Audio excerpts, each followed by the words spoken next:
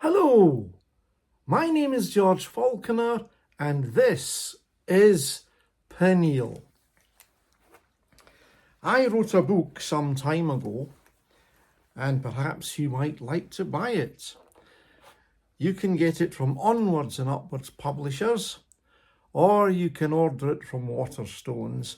It's God's Kaleidoscope by George Falconer, endorsed by George Verwer. It tells you the story of how I grew up, was converted, and eventually joined the mission agency Operation Mobilization.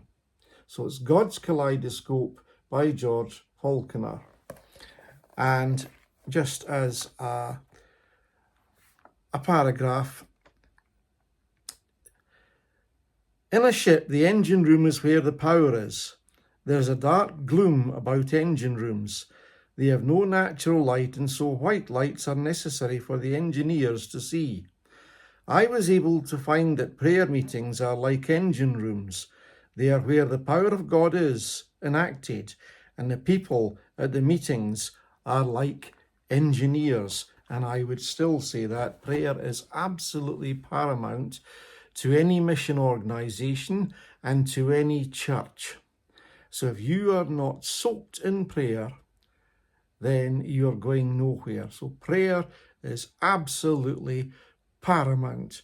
Now, I'm going to read from one of the minor prophets, the very first chapter of Habbakuk.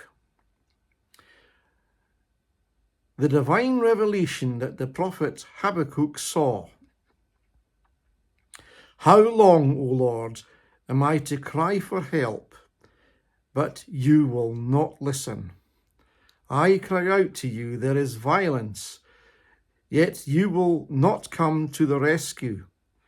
Why do you make me see wrongdoing? And why do you watch wickedness? Destruction and violence are in front of me. Quarrels and disputes arise. That is why your teaching is numbed, and justice is never carried out. Wicked people surround righteous people, so that when the justice is carried out, it is perverted. I think that sounds like an awful lot of things that go on now. Justice is perverted. We see lots of wickedness. And Habbakuk seems to have been crying out to God again and again and again in sheer exhaustion and asking him the question, why do you allow me to see this? You, God, are watching this. I've cried out to you. I'm getting tired. Why don't you do something about it?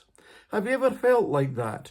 Why don't you do something about the injustice I see or about the wickedness I see? God's always watching, you know, and always taking things into account. And he always has a plan, even if we don't see the plan or understand it.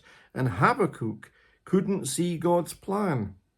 He could see his people, especially the good people, being overrun.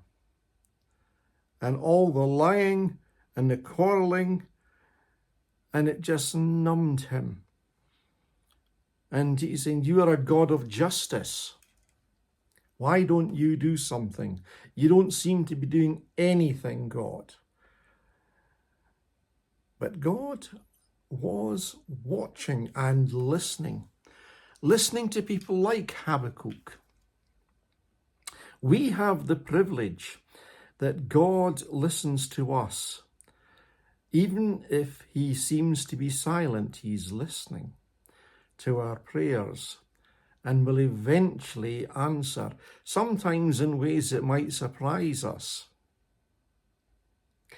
And Habbakuk was certainly surprised and probably shocked at what God revealed to him.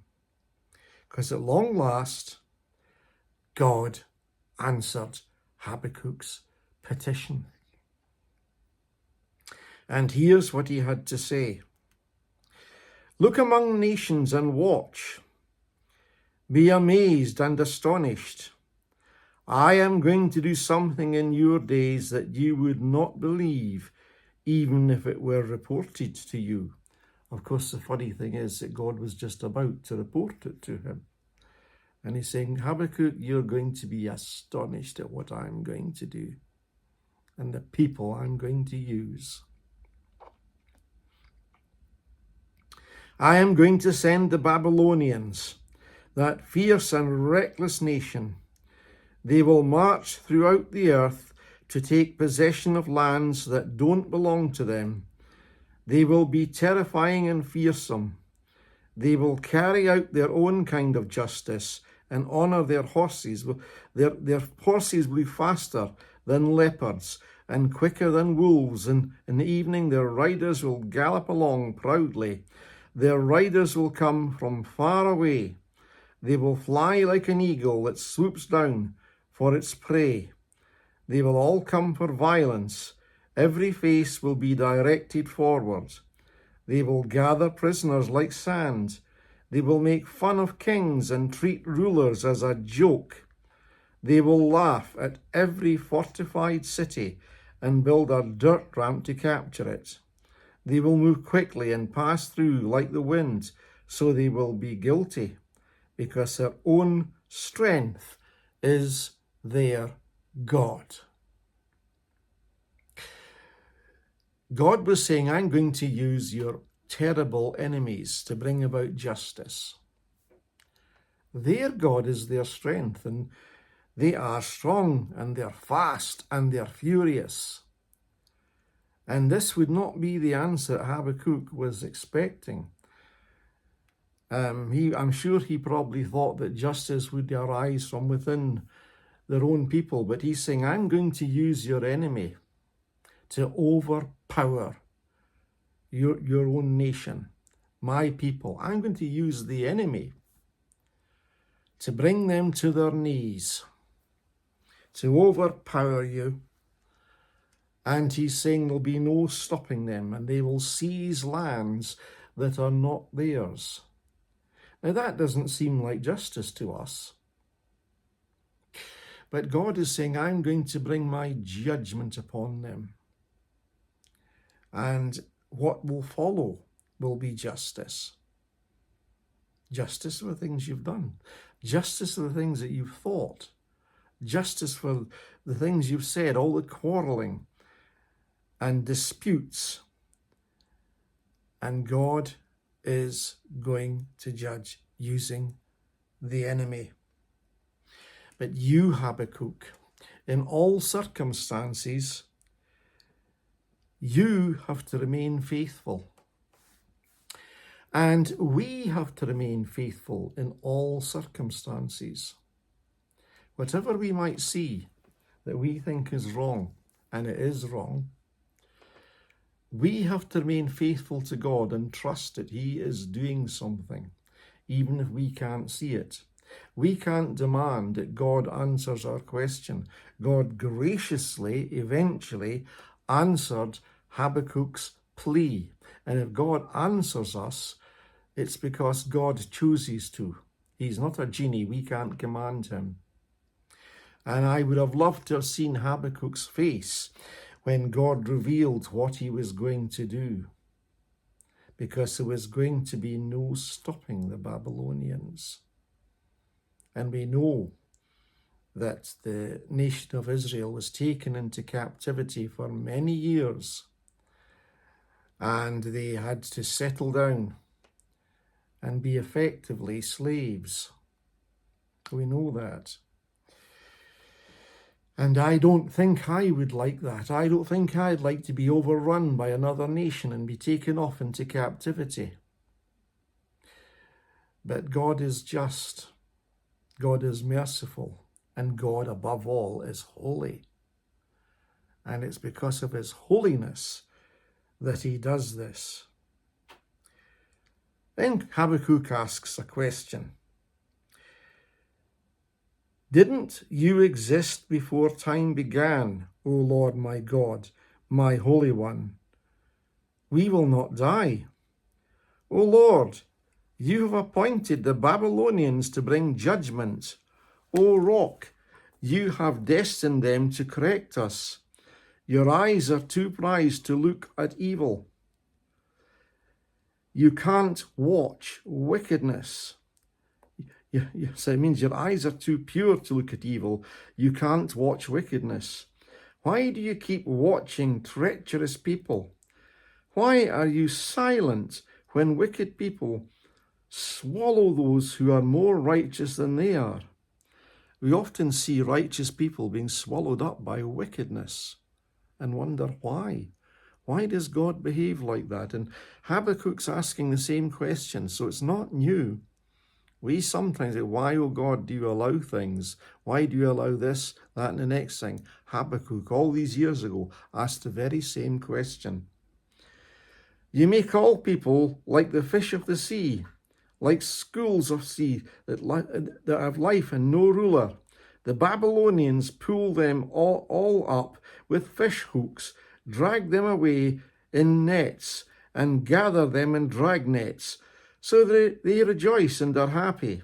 That is why they sacrifice to their nets and burn incense to their drag nets. Will they keep on emptying their nets and always kill nations without mercy? Is this going to go on and on and on? And the Babylonians show no mercy, is the question that Habakkuk asks. And next time we're going to be looking at that. But Habakkuk was to remain faithful. I've discovered some things about Habakkuk. Do you know what his name means? It means to fold one's hands or to embrace. And I'm sure that the implication is that Habakkuk probably feels that he has to embrace God. And indeed he does, as we see the opening chapter to his letter. And he lived during the reigns of Manasseh, Josiah, and Jehoiakim. So he lived through 3 reigns. And in his day, he was a bit like us, because all he could see was evil around him. And he's asking God, why are you not doing anything? You know, when I go online and see some of the things that I see, people are asking that question, why is your God not doing anything? And the answer is, we have to be patient. God is doing something, but we probably can't see it. And even if we do see it, we miss it. I find I sometimes miss it. I see it, but I don't interpret it properly, and I miss it until something else happens. Then I can see it. And God does things in his timing.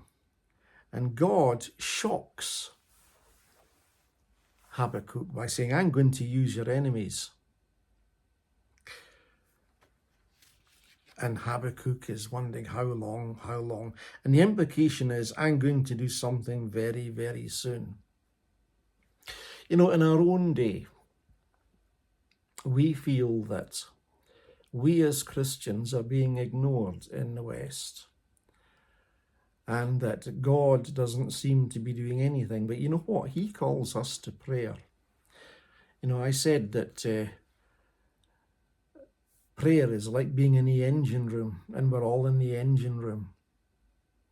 We have to be consistently praying that God's will be carried out. God's glory will be honoured. We are told in the Lord's Prayer, hallowed be your name, your kingdom come. And so we should be praying that God's kingdom will come. It's going to come anyway, but God has got us involved in prayer, asking for it to come. And here he's got Habakkuk involved in what he is about to do. He's going to use the Babylonians. Now, we tend to look at these passages And we see them in their historic context, and rightly so.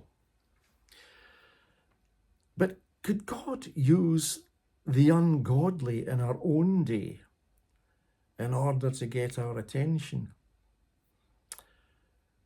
There's an awful lot gets said about Islam.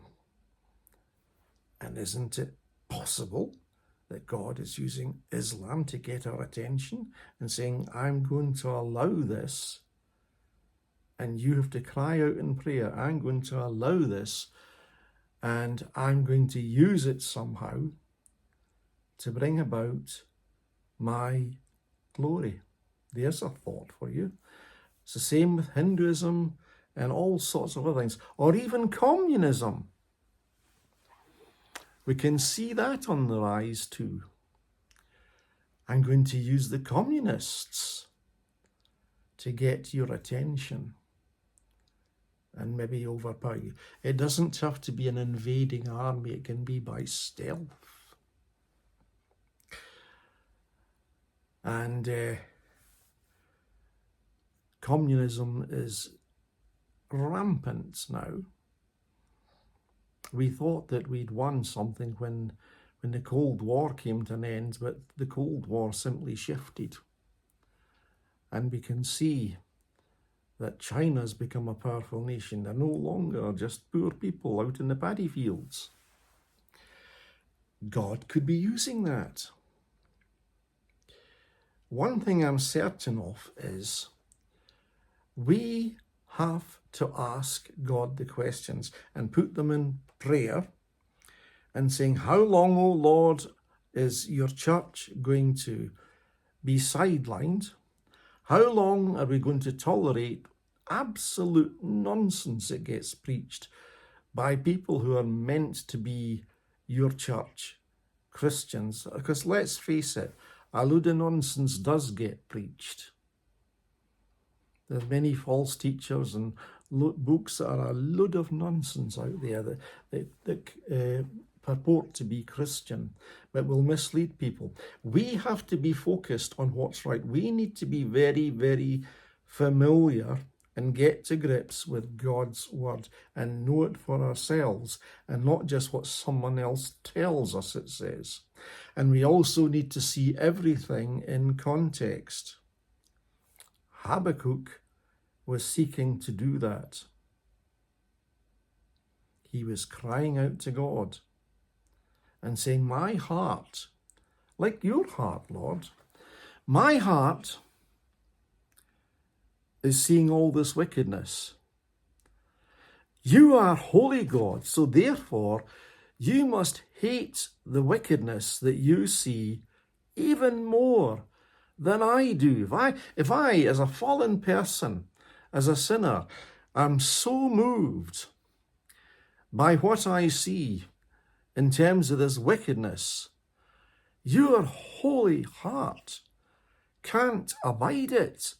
And I'm simply putting it to you, Lord, that you have to do what's on your heart, which is effectively what he's saying.